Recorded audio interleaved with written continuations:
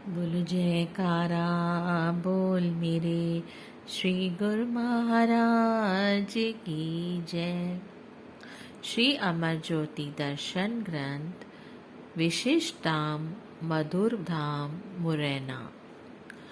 महापुरुषों का मिशन केवल धरती को बरसाना ही नहीं होता, अपितु पग पग पर सेवकों को पथ विचलित होने से बचाना होता है। सदा सावधान एवं सतत रहने के लिए सतमार्ग सुजाना होता है। अपनी अलौकिक लीला दर्शाकर उन्हें आध्यात्मिकता की ऊंचाइयों तक पहुंचाना होता है।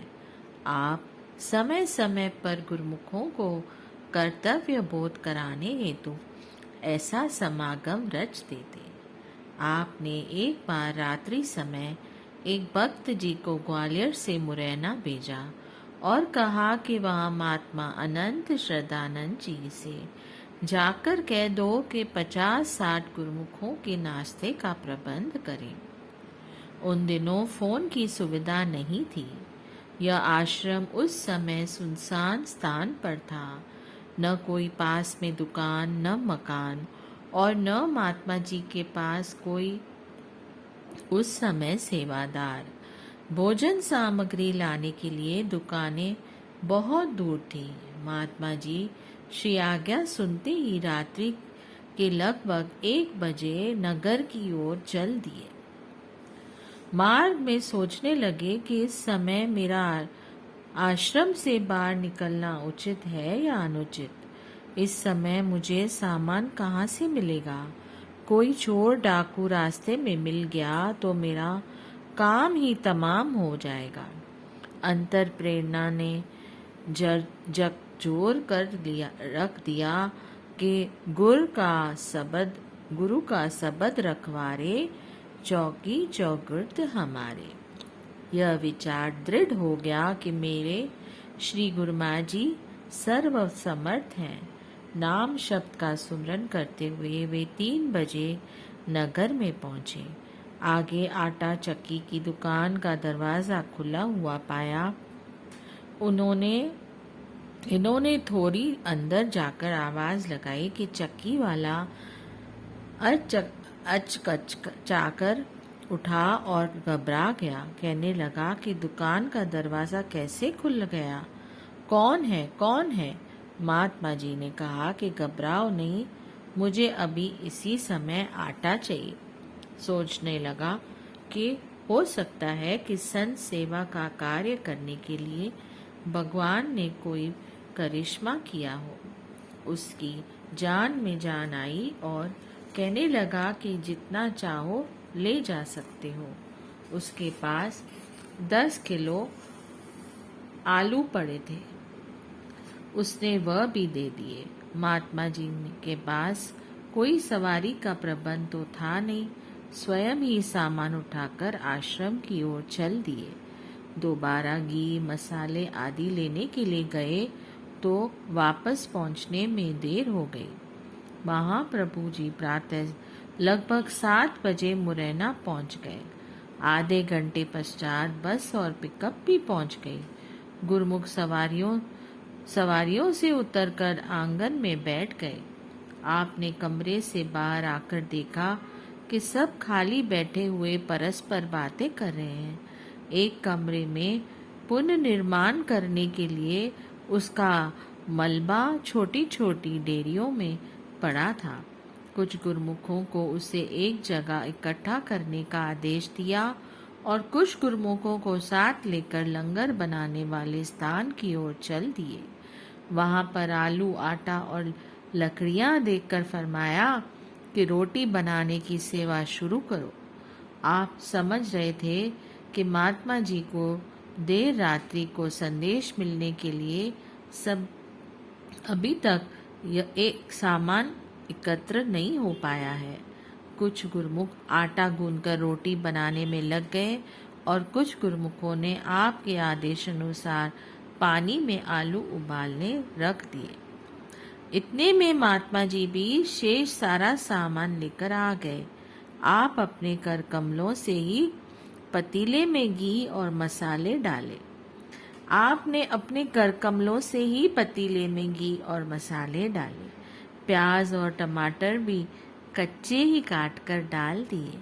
महात्मा जी ने दंडवत कर क्षमा मांगी और विनय की कि आज तो सब्जी का कोई स्वाद ही नहीं होगा, क्योंकि मसाला बनाए बिना सब कुछ कच्चा ही डाल दिया है। आपने फरमाया, महात्मा जी, प्रेम और श्रद्धा से एकत्र किए हुए गए सामान से बनी यह सब्जी तो इतनी स्वादिष्ट होगी कि जिसके जैसा स्वाद तो कभी चखा भी नहीं होगा। इसमें लगन, सेवा तथा श्री आज्ञा का भाव भरा हुआ है। लंगर तैयार हुआ। इधर डेरियों का सारा मलबा इकट्ठा हो गया। आपने भोग लगाया। सब गुरुमुखों ने भोजन कर लिया। आपने सब गुरुमुखों को वहां से प्रस्थान करने से पहले सामने बिठाकर वचन फरमाए। गुरुमुखों की वास्तविक पूंजी सेवा व सुमरन है। गुरुमुख जहाँ भी जाते हैं समय को व्यर्थ नहीं गंवाते, अपने लिए सेवा का साधन खोजते हैं। सत्पुरुषों की रहनुमाई में यह जान चुके हैं कि एक एक क्षण मूल्यवान है। यदि कहीं सेवा न मिले तो भजन करें। यह प्रत्यक्ष सबने देख लिया कि यदि पूरे सामान के आने तक भोजन न बनाते तो कितना समय व्यर्थ चला जाता। अत्यधिक देरी हो जाने पर यात्रा भी देरी से पूर्ण होती। गुरुमुखों को अपने समय का मूल्यांकन करते हुए हर क्षण हर पल सतर्क एवं सावधान रहते हुए भक्ति की अनमोल संपदा को एकत्र करना है। यही सेवक का वास्तविक कर्तव्य है।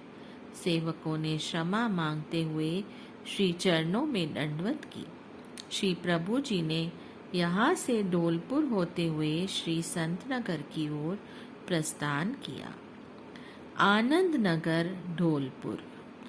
आनंद कंद सच्चिदानंद गण श्री सतगुरु दाता दयाल जी ने रूहानी सिंहासन पर विराजमान होने के पश्चात सोई मानवता और परमार्थ लाभ कराने हेतु चौ और स्थान स्थान पर जाकर भक्ति और नाम की अविरल धारा बहा दी, जिसमें मंजन कर हजारों लाखों जीव मानव जन्म के उद्देश्य को जानकर लक्ष्य प्राप्ति की ओर अग्रसर हुए। इस हेतु आपने कई आश्रमों का निर्माण करवाकर श्री परमहंसों की दिव्य प्रतिमाएं विराजमान की, ताकि सीमावर्ती गुरुमुख जन यहाँ आकर उनके ध्यान तसव्वुर को अपने अंतर मन में बसाकर शाश्वत आनंद और सुख की अनुभूति कर सके। मास दिसंबर सन 1970 में आपने श्री आनंदपुर से परमधाम ग्वालियर होते हुए श्री संत नगर की धरती की पुकार को सुनकर वहां कृपा की। इसी मार्ग के मध्य श्री संत नगर से लगभग 30 किलोमीटर पहले डोलपुर शहर में भक्त महावीर जी और त्रिलोकनाथ जी रस्तरोगी जी का प्रेमी गुरुमुख परिवार रस्तोगी जी का प्रेमी गुरुमुख परिवार रहता है। श्री संत नगर में आने जाने वाले महात्मा भाइयों एवं अन्य गुरुमुख भक्त जी ट्रेन द्वारा देर सवेर डोलपुर स्टेशन पर पहुंचते थे। वे सब यहाँ इनके घर में ही आश्रम करते। सारा परिवार बहुत श्रद्धा भावना और दिलोजान से सबकी सेवा करता हुआ अपने भाग्य मनाता। श्री सतगुरुदेव जी महाराज इनकी विनय पर सन 1976 में इनके घर पधारे। महाप्रभु जी को अपने घर में अपने समीप पाकर सबके हृदय में अपार आनंद छा गया। आप सारे परिवार के भक्ति भाव और प्रेम के से अति प्रसन्न होकर और उनकी हार्दिक भावना को पूर्ण करने के लिए श्री संत नगर से आते जाते हुए डोलपुर कुछ समय ठहर कर श्री दर्शन देना स्वीकार किया। परिवार की तो खुशी का कोई ठिकाना ही न था। सन 1976 से सन 2000 तक आपने जब भी श्री संत नगर कृपा की तो डोलपुर में भक्त जी द्वारा आयोजित स्थान पर सबको अपने पावन श्री दर्शनों से कृतार्थ किया।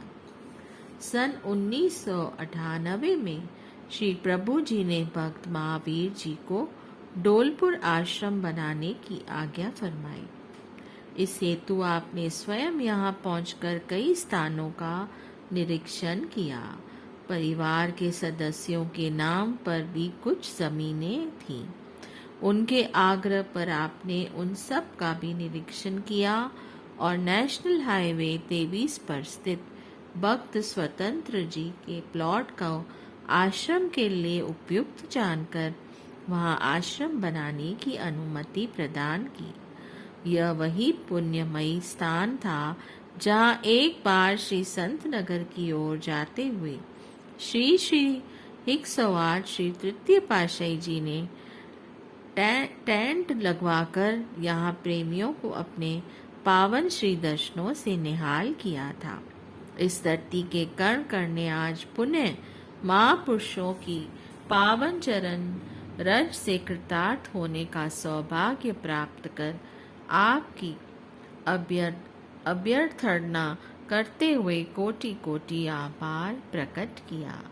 श्री सद्गुरु दाता दयाल जी की अपार कृपा को पाकर शीघ्र ही सब रूपरेखा तैयार करवाकर इस आश्रम के निर्माण कार्य में जुट गए। आप स्वयं भी यहाँ पधार कर सब कार्य समझाते, प्रोत्साहन देते, देकर सेवा का उत्साह बढ़ाते। आपकी दिव्य मनोहरी छटा को निहार कर सबके हृदय कमल खिल जाते। 2 वर्ष में आश्रम बनकर तैयार हो गया। भक्त जी की राहबरबाई भक्ति कृष्णानंद जी ने समस्त परिवार की ओर से श्री चरणों में इसके मुहूर्त के लिए विनय की। मार्च मास सन 2000 में आपने श्री संत नगर में कृपा की।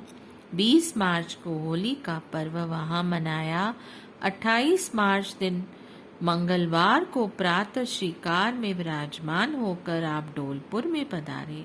गुरमुखों की बस पिकअप एवं कुछ दर्शनार्थी संगतें साथ थीं। श्री प्रभु जी के शुभ आगमन का सब ने मिलकर भव्य स्वागत किया। सारे आश्रम को लड़ियों, रंग बिरंगे गुब्बारों और पुष्पों से खूब सजाया गया था। 10 बजे के लगभग महाप्रभु जी ने निज कर कमलों से श्री मंदिर जी में परमहंसों के पावन स्वरूप सुंदर सिंहासन पर विराजमान किए। हार पहनाकर उन्हें केसर तिलक से सुशोभित किया। श्री आरती पूजा का कार्यक्रम हुआ। आपने पावन वचनों की अमृत वृष्टि करते हुए फरमाया, गुरुमुखो, संसार में कोई भी जीव हो, कीमती या दुर्लभ वस्तु प्राप्त करने अपने आप को भाग्यशाली समझता है कि मेरे पास बहुत कीमती चीज है। वह कीमती चीज कौन सी होगी? धन होगा, पदार्थ होंगे या हीरे रत्न जवाहर होंगे। इससे बढ़कर कीमती चीज और तो कोई नहीं है दुनिया में। मगर महापुरुषों ने इसको दुर्लभ वस्तु नहीं कहा है। जो कीमती वस्तु, दुर्लभ वस्तु संसार में भी इंसान को सुख दे और जब संसार से यात्रा पूरी करके जाए तो परलोक में भी सुख दे, तो वह कौन सी चीज है? गोसाई तुलसीदास जी ने फरमाया है, असन बसन सुत नार सुख, सब काहू के होए, संत समागर राम धन, तुलसी दुर्लभ दोए। जिस स्त्री पुत्र धन पदार्थ को यह कीमती या दुर्लभ चीज समझता है, वह कुदरत के प्रारंभ अनुसार सबको दिया है। मगर दुर्लभ वस्तु कौन सी है? संत समागम और हरि कथा। संतों की संगति और मालिक की भजन बंदगी ही दुर्लभ है। यह जिसको मिल जाए तो समझो कि उसके जैसे भाग्यशाली दुनिया में और कोई नहीं है। वास्तव में भाग्यशाली वही है जिसे सत्पुरुषों की संगति मिल जाती है। आप दिल में अंदाजा लगाओ कि आप उसी सत्संग में बैठे हो जिसकी आप लोगों को जन्म जन्मांतरों से चाहना थी कि कब सत्पुरुषों से मिलन हो और वह दात मिले जिससे मालिक की भक्ति में चित लगे और अपने जीवन को सार्थक कर सके। आप गुरुमुखों को वह भाग्यशाली अवसर मिल गया है। अब आपका यह फर्ज हो जाता है कि जैसे सुनहरी अवसर मिला है, इससे वैसा ही दुर्लभ और कीमती लाभ उठाना है। वह क्या है? मालिक की भक्ति में चित लगाकर सेवा, सत्संग, श्री आरती पूजन में अपना वक्त देकर इस समय को पूरी तरह से सफल बनाना है। समय से पूरा कार्य लेना है। समय की पूरी कदर करनी है। यदि समय हाथ से चला गया तो इंसान आखिर में फिर पछताता ही रहेगा, परंतु हाथ पल्ले कुछ नहीं पड़ेगा। समय ही कीमती चीज है दुनिया में। इससे सब कुछ प्राप्त किया जा सकता है। कहा है, यह अवसर दुर्लभ महा नित पाया नहीं जाए, जो अब के चेत्यो नहीं पछतावा रह जाए। इस दुर्लभ समय में इंसान सब कुछ कर सकता है। इंसान को वह शक्ति हासिल है कि वह भगवान की भक्ति करे, भगवान से मिल सकता है।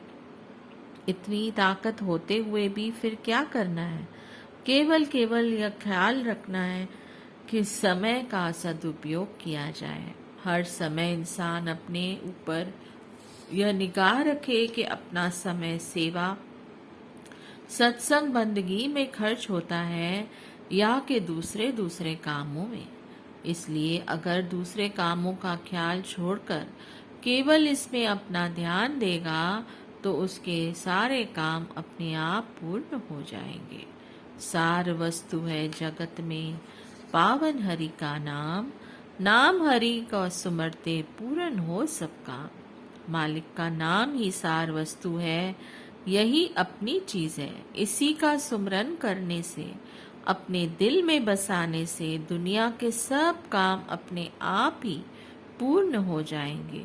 अपना निजी काम अर्थात आत्मा जो जन्मों से परमात्मा से बिछड़ी हुई थी, वह परमात्मा के साथ मिल गई और उसका सारा काम हो गया। गुरुमुखो, यही काम करना है और इसी काम के लिए आज इस आश्रम के मुहूर्त की सुनहरी अवसर मिला है, जिसका नाम आनंद नगर रखा है। हम अपने वक्त को मालिक की भजन बंदगी में लगाते हुए अपने जीवन में आनंद भरना है और अपने जीवन के लक्ष्य को पूरा करना है। पावन वचनों को श्रवण कर आई हुई समस्त संगत गद कंठ से गुरु महिमा के गीत गाते हुए महाप्रभु जी का आभार प्रकट करने लगी। आपने परिवार के सभी सदस्यों को बुलाकर श्री वचन किए। आपका और हमारा इस जन्म और युग का संबंध नहीं है। आप द्वापर युग से हमारे साथ चले आ रहे हो। आप सब वही ग्वाल बाल हो। सेवक स्वामी का नाता आद जुगाद से चला आ रहा है। आप सब गुरु आज्ञा में चलते हुए सेवा में संलग्न रहकर भक्ति के साधनों को अपनाते हुए अपने काम को साकार करें और मालिक की प्रसन्नता को प्राप्त करें। श्री सद्गुरुदेव जी महाराज जब श्री संत नगर में पधारते हैं, तब हजारों की संख्या में गुरुमुख प्रेमी श्री दर्शन सत्संग के लिए यहाँ आते हैं। कई दर्शनार्थी ट्रेन लेट हो जाने से रात्रि समय इसी आश्रम पर रुक जाते हैं और प्रातः समय श्री संत नगर के लिए प्रस्थान करते हैं। सुचारू व्यवस्था एवं सुख सुविधा प्रदान करते हुए यह सत्संग आश्रम उच्च उद्देश्य को पूरा करने में संलग्न है। बोलिए जयकारा, बोल मेरे श्री गुरु महाराज की जय। जय सच्चिदानंद।